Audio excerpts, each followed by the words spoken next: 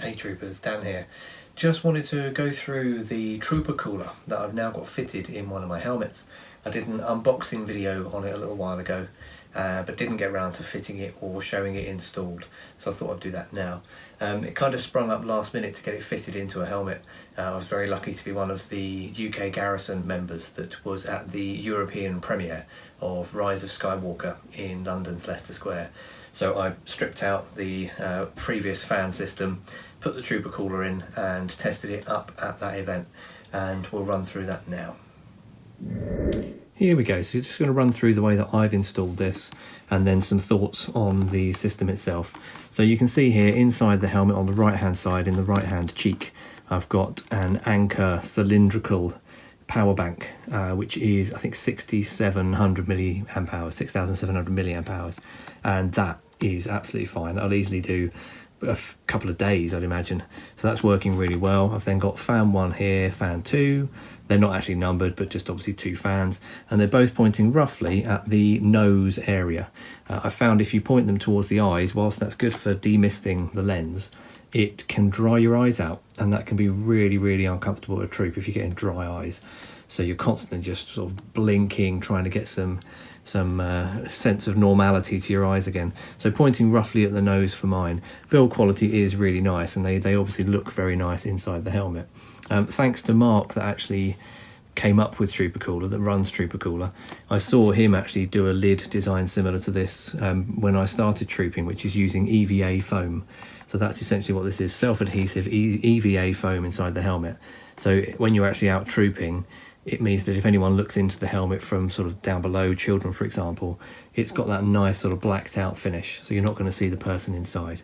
Back to TroopaCoola again, so that is the main power switch on top of here, just literally an on-off switch on there. That's then feeding round, this is the digital variable system. So you've got the variable part here. So if I do that, yeah. When that power switch is effectively in an on, a sort of a latching switch in an on position, you can then just press the up or down buttons. I think it's just the up button actually, and that will then change the speed of the fans.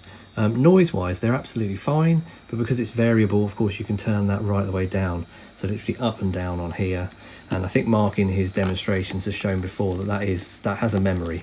So if you switch it off at half power and press the button again, it will switch on also at half power. So as I say, just a really nice design for the fans themselves, plenty of airflow, and as I say, I got really good use out of them up at the London premiere. What I would say personally, I've actually fitted, because I did it in a rush, the variable part here, the up and down, increase, decrease, I put it around the back here, which is fine if you're not trooping, but when you're trooping, I couldn't reach it. Because of the limited movement of TK armour, I couldn't actually reach around to the back here. So what I would probably do in future is move it round to maybe one of the cheeks next to the ear, for example. Put it around somewhere where you might actually have a chance of reaching it. But yeah, as I say, so that's the fitment there, and it fits in very nicely, and it is of a lovely, lovely appearance as well. So there we are. Now we've seen inside, you can see how I've set mine up. There's plenty of flexibility there. You could obviously mount those however you want based on how big your head is. I've got quite a large head, so I have to be careful where I put it. And obviously bearing in mind where your microphone might sit. If you're running a speaker system, just try and make sure that you factor that in. Honestly, I found that the service from Mark at TroopaCoola was excellent. The products themselves came amazingly packaged, as you'll see from my unboxing video. And to use them, I thought they were really, really good. Especially with the variable speed, you can, if they are, for example, a little bit noisy at an event, you can just reduce them down a bit. Or if you find it's just not, you don't need that much, just literally run them at idle, just idle them over, and you'll get a bit of airflow as well. As I say, they look fantastic as well. I think they're really nicely styled.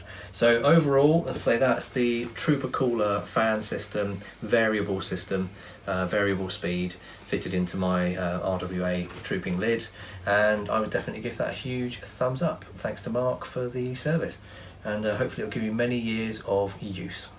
Anyway, that's it from me, and see you all soon.